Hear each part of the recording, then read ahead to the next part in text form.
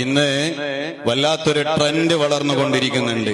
നിങ്ങൾക്കൊക്കെ അറിയാം, പരിശുദ്ധമായ ഖുർആനിലുള്ള ഒരു വലിയ മഹത്തായ വാചകം ലഇൻ ശകർതും ലഅസീദന്നകും.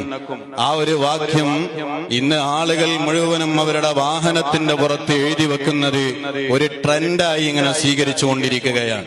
നമ്മൾ ആലോചിക്കേണ്ടത് അള്ളാഹുവിന്റെ കലാം, ആ അള്ളാഹുവിന്റെ കലാമിന്റെ മഹത്വം അറിയുന്ന ആളുകൾക്ക് അത് എവിടെയെങ്കിലും എഴുതി വെക്കാനോ അതെവിടെയെങ്കിലും കൊണ്ടുപോയി വെക്കാനോ ഒരിക്കലും തന്നെ സാധിക്കുകയില്ല.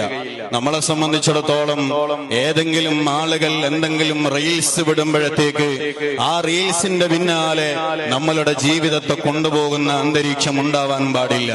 പരിശുദ്ധമായ ഖുർആൻ അത് ബഹുമാനിക്കപ്പെടേണ്ട ഗ്രന്ഥമാണ്. അള്ളാഹുവിന്റെ കലാം വലിയ ആദരവോടുകൂടെ കാണേണ്ട കലാമാണ്. ആ കലാമിനെ വൃത്തിയില്ലാത്ത സ്ഥലത്ത്, നജസാവാൻ സാധ്യതയുള്ള സ്ഥലത്ത്, പൊടിപുരളാൻ സാധ്യതയുള്ള സ്ഥലത്ത് എഴുതി വെക്കുക എന്നത് ഉള്ളിൽ ആത്മീയത ഉള്ള ആളുകളെ സംബന്ധിച്ചിടത്തോളം അത് ഒരിക്കലും തന്നെ സാധ്യമല്ല.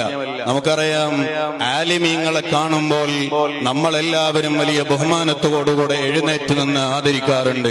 എന്നാൽ ഫത്ഹുൽ മുഈൻ പോലെയുള്ള ഗ്രന്ഥങ്ങളിൽ പറയുന്നത് കാണാം, ആലിമീങ്ങളെ കാണുമ്പോൾ എത്രമാത്രം ബഹുമാനത്തോടെ എഴുന്നേറ്റ് നിൽക്കുന്നുണ്ടോ അതിൽ